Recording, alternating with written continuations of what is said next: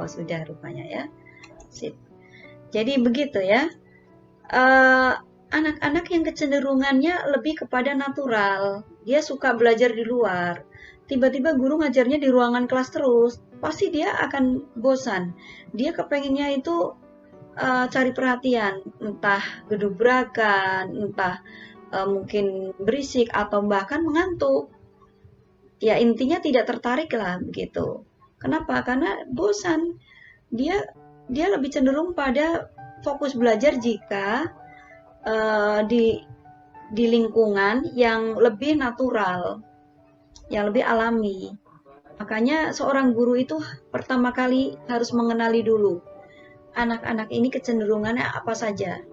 Satu persatu, ya iya, memang begitulah beratnya guru. Tetapi ketika guru memahami tentang psikologi perkembangan anak, ilmu psikologi, teori pembelajaran, tentu tidak akan berat. Guru-guru profesional mestinya seperti itu ya. Tetapi ketika guru tidak memahami dan akan memperlakukan semua peserta didik dengan tugas yang sama, dengan pola yang sama, dengan metode yang sama, tentu yang terjadi anak tidak tertarik, yang tidak sesuai dengan kecenderungannya. Sebetulnya tadi yang disampaikan Mas Ahyi, seperti di negara-negara maju, bahwa kecenderungan anak itu sejak dini terdeteksi ya. Sejak dini itu terdeteksi. Artinya bukan berarti tidak diperkenalkan dengan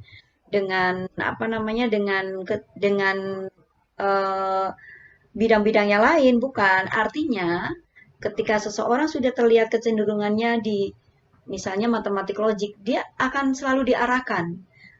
Tapi bukan berarti tidak diperkenalkan dengan pengetahuan yang lain atau ilmu-ilmu yang lain, bukan. Tetapi akan lebih diperlakukan, dikondisikan, ditreatment sejak awal agar bakat ini atau kecenderungan ini jadi terus membaik, terus meningkat seperti itu ya. Di beberapa sekolah di Indonesia pun sudah mulai diberlakukan seperti itu. Contohnya begini. Di TK banyak kok sekolah TK itu yang sejak awal itu sudah ada namanya tes multiple intelligent research, MIR. Ya, pernah dengar nggak? Pernah dengar belum? Belum ya. Jadi ada MIR, ada ketika anak akan mengerjakan soal-soal matematika atau mungkin soal bahasa, tetapi anak ini memiliki kecenderungan natural atau kinestetik lah katakanlah. Anak ini dipersilakan dulu, silakan bermain-main dulu di luar. Bermain-main dulu di luar berapa menit, mungkin dia akan nendang bola atau apalah yang berbau-bau olahraga begitu, atau berbau-bau gerakan kinestetik gitu. Setelah itu nanti kerjakan ya soal ini ya, atau silakan kerjakan soal ini sambil main-main, silakan. Yang penting pokoknya selesai. Nah, ini salah satu contoh ya. Contoh metode guru mengajarkan kepada anak yang kecenderungannya kinestetik, dia sedang membelajarkan matematika. Nah, seperti itu. Jadi bukan berarti ketika anak kecenderungannya olahraga, kemudian tidak diperkenalkan dengan bidang yang lain, bukan. Tetapi bagaimana membelajarkan bidang yang lain, tetapi lebih kepada metode-metode yang mengarah kepada itu tadi, kinestetik. Nah, seperti itu ya. Jadi jangan heran kalau di sekolah-sekolah yang sudah memahami betul tentang multiple intelligence ini, guru-gurunya sering mobile, sering berjalan-jalan, keluar kelas, kemudian kemana, sesuai dengan kecenderungan anak. Jadi anak itu tidak harus bersama-sama satu tempat. Ini semuanya di sini, silakan enggak.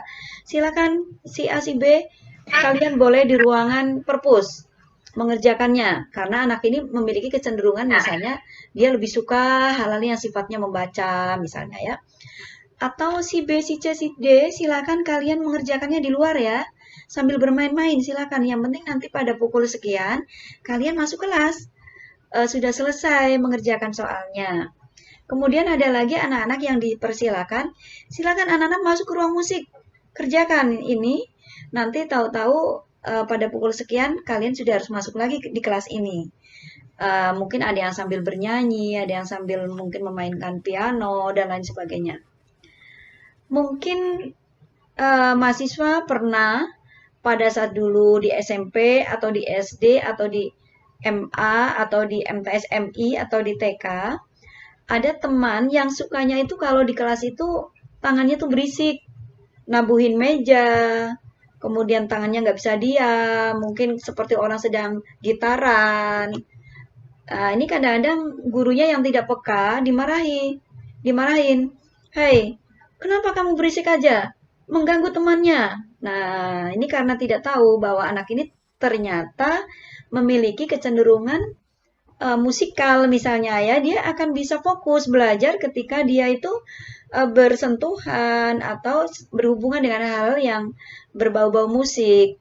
Jadi ketika belajar tangannya itu nabuhin kendang, dubrak dubrak dung tak tontok tak dung tak dung dung tak tak dung plok plok misalnya. Atau misalnya bermain gitar sambil nyanyi ya. Itu baru dia bisa fokus.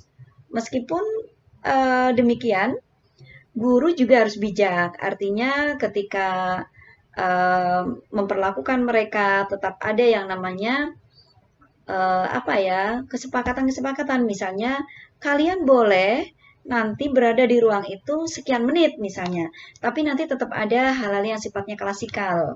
Klasikal ini nanti untuk membangun kesepakatan-kesepakatan yang bersifat umum. Seperti itu ya. Jadi gambarannya sekolah-sekolah yang mengakomodir multiple intelligence ya seperti itu.